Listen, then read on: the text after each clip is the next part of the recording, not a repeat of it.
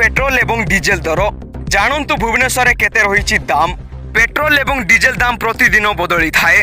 आज अर्थात oil marketing company माने देशर समस्त राज्य पाई पेट्रोल और डीजेल दाम जारी कर देइछंती। तेबे प्रमुख सहर गुड़िक पेट्रोल और डीजेल मूल्य रे बड़ परिवर्तन होइछि। किछि सहर रे दाम अपरिवर्तित रहिछि। प्रतिदिन तेलर नुआ दर निर्धारण करा जाई थाए। आज भुवनेश्वर रे पेट्रोल दर 100 टंका 97 पैसा रहिथिबा बेले डीजेल दाम प्रति लिटर पिछा 92 टंका 55 पैसा रहिछि। सेहीपरि दिल्ली रे पेट्रोल लिटर पिछा 94 टंका 77 पैसा और डीजेल दर 87 टंका 66 पैसा होइछि। मुंबई रे पेट्रोल लिटर पिछा 103 टंका 50 पैसा होइथिबा बेले डीजेल लिटर पिछा 90 टंका 3 पैसा रहिछि।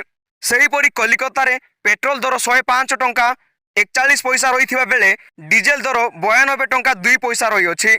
चेन्नई रे पेट्रोल दर 100 टंका 80 पैसा थिबा बेले डीजेल दाम 92 टंका 49 पैसा रहिछि। प्रत्येक दिन सकाळ 6टा रे पेट्रोल एवं डीजेल दाम रे बड़ परिवर्तन होइथाए।